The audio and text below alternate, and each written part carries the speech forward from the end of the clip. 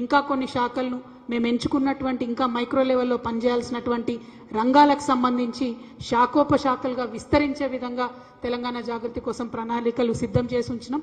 చాలా మంచి వ్యక్తులు కొత్త వాళ్ళు కూడా వచ్చి బలాన్ని ఇచ్చేటటువంటి సందర్భం కూడా గమనిస్తూ ఉన్నాం. కాబట్టి అవన్నిటినీ కూడా దగ్గర పెట్టుకొని ముందుకెళ్తామని ఈ సందర్భంగా తెలియజేస్తున్నాను. Thank you. జై తెలంగాణ, జై జాగృతి, జై తెలంగాణ, జై జాగృతి. ఒక్క నిమిషం.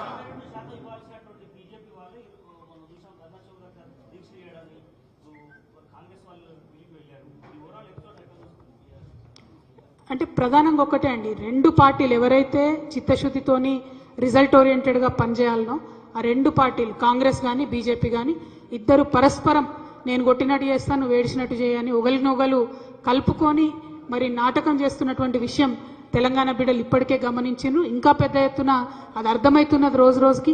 ఇయ్యాల్సినటువంటి బీజేపీ దీక్ష చేయడం, అడగాల్సినటువంటి కాంగ్రెస్ కూడా దీక్ష చేయడం, మాలాంటి ప్రతిపక్షాలు కూడా దీక్ష చేయడం, దీంతో ప్రజల్లో ఒక కన్ఫ్యూజన్ క్రియేట్ చేసేటటువంటి ప్రయత్నం చేస్తున్నారు. కానీ తెలంగాణ ప్రజలు విఘ్నులు, తప్పకుండా గుర్తుపడతారు వీళ్ళ ప్రయత్నాన్ని. తెలంగాణ జాగృతి మాత్రం సామాజిక తెలంగాణ సాధన కోసం ఏ ఒక్క అంశాన్ని కూడా వదిలిపెట్టకుండా ముందుకెళ్తాం. రెండు పార్టీలను కూడా ఎండగడతామని తెలియజేస్తాం. ఆ నిపుణులతో మేము సంప్రదిస్తూ ఉన్నామండి. ఇప్పుడు ఈ ఢిల్లీలో కాంగ్రెస్ చేస్తున్నటువంటి 2 రోజుల హడావుడు ఏదైతే ఉందో అట్లీస్ట్ దాని తర్వాత కనీసం రాహుల్ గాంధీ గారు ఒక్కసారైనా పార్లమెంట్లో మాట్లాడతారా, సోనియా గాంధీ గారు రాష్ట్రపతి గారు అపాయింట్మెంట్ కోరరా, ఈ అన్ని అంశాలను కూడా చూసిన తర్వాత మా యొక్క కార్యాచరణ ప్రకటిస్తాం. మీకు తెలుసు ఇదివరకు మేము రైల్ రోకో ప్రకటిస్తామని చెప్పి చేసి గ్రామాన ప్రచారం చేసిన తర్వాత తప్పనిసరి పరిస్థితుల్లో రాష్ట్ర ప్రభుత్వం ఆర్డినెన్స్ని ప్రకటించింది. ఇప్పుడు ఆ ఆర్డినెన్స్ని గవర్నర్ గారి దగ్గర పాస్ చేయించుకోవడానికి రాష్ట్ర ప్రభుత్వం చేసే ప్రయత్నాలు ఫలిస్తాయా లేదా మనకు 1-2 డేస్లో తెలిసిపోతుంది. లేకపోతే ఖచ్చితంగా మంచి పెద్ద ప్రజా ఆందోళనకు రూపకల్పన చేయడంలో జాగృతి ముందుంటుందని కూడా తెలియజేస్తా ఉన్నాం.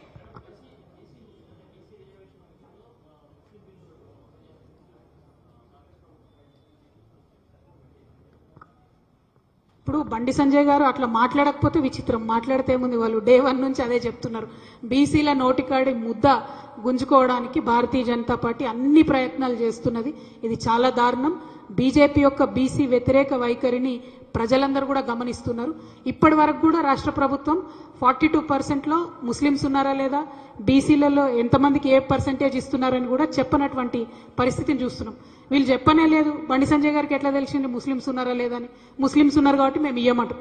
అల్టిమేట్గా 42% ఆర్డినెన్స్ కానీ 42% బిల్లు కానీ గవర్నర్ గారి దగ్గర రాష్ట్రపతి దగ్గర పాస్ చేయాల్సినటువంటి బీజేపీ చేయకుండా తెలంగాణ బీసీలను మోసం చేస్తుందన్న విషయం మళ్ళొకసారి రుజువైంది.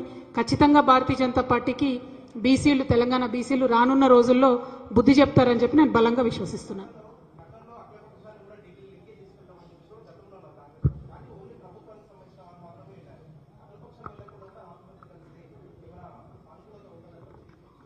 మీకు గుర్తుండుంటుంది, తెలంగాణ ఉద్యమ సందర్భంలో మనం అనేక పర్యాయాలు తెలంగాణ ఉద్యమం చేసేవాళ్ళం.